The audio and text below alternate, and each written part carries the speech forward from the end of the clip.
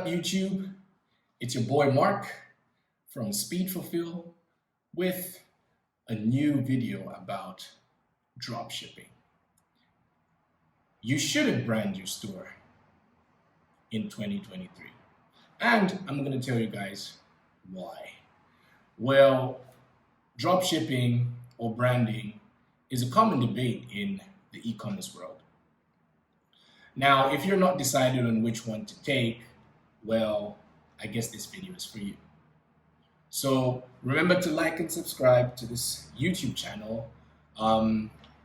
First in a series of YouTube videos that is going to show dropshippers and e-commerce sellers the different side to e-commerce, basically from the Asian side, from the eastern side of the world, from China. Yeah, so I'll be showing you guys how it really is dropshipping and mainly dealing with suppliers. So the first thing that we're going to talk about today is whether you should brand your store or dropship. So I'm going to give you tips on why you should not brand your dropshipping store.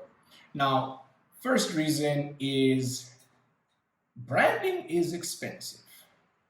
Now, as compared to dropshipping, branding has way more costs.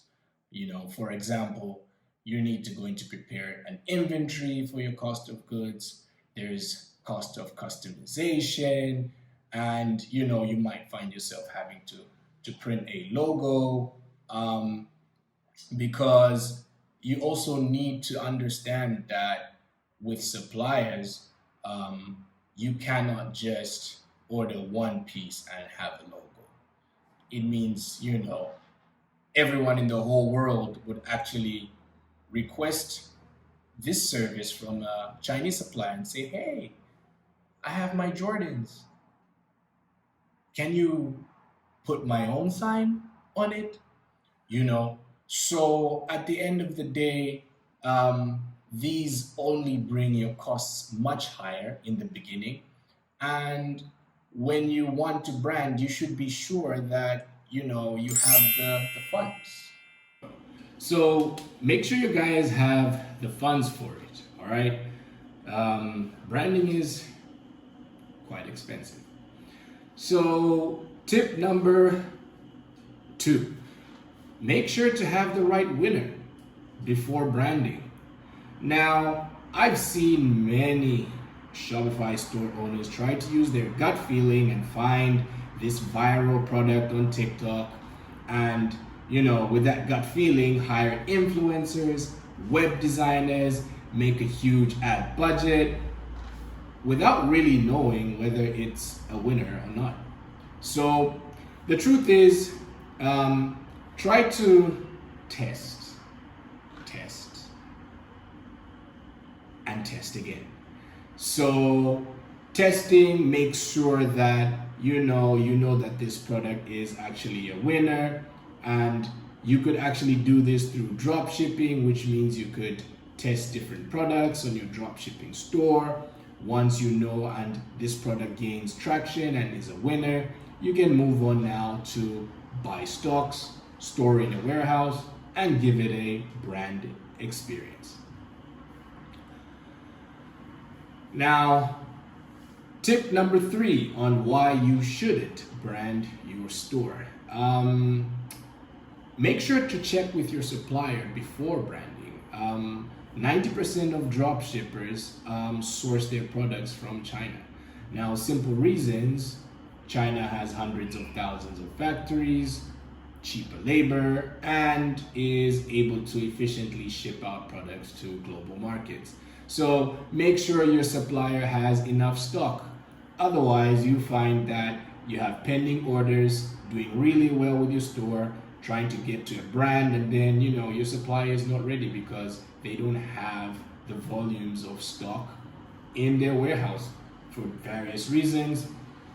We're going through a pandemic right now, and they were kind of slow with letting you know that they're out of stock. So drop shipping usually gives you this leverage to, even though you have a shipping time of 1 to 2 weeks, um, which isn't bad in my opinion. Others would beg to differ, because you could just make sure your customers know this in advance. Now, align your actual shipping time with the shipping time on your website, because what some dropshippers do is you're gonna mention on your website that you ship out in 2-3 days, when in actual fact you're shipping out in 14 days. Now that's where the problem is, because now customers expecting 2-3 days later that they should have a package with them. So this is when you get customer complaints, a bad Facebook score, and what you want to do is align this in the beginning before branding your store with your supplier. And once you get traction, stocks will be great for your brand, because now at this point you can store it in a warehouse, and you basically don't need to wait an extra 2-3 days for the manufacturer to send it to your warehouse and then send it to your customer later. So stock is good, especially in special periods like Chinese New Year and Q4. So that's all the tips I had for you guys on this video. This is first in a series that will be sharing a perspective of e-commerce from the other side of the world, the supplier side of the world factory, China, and I'll be sharing tips on e-commerce and drop shipping. So make sure to like and subscribe, and see you next time. Peace.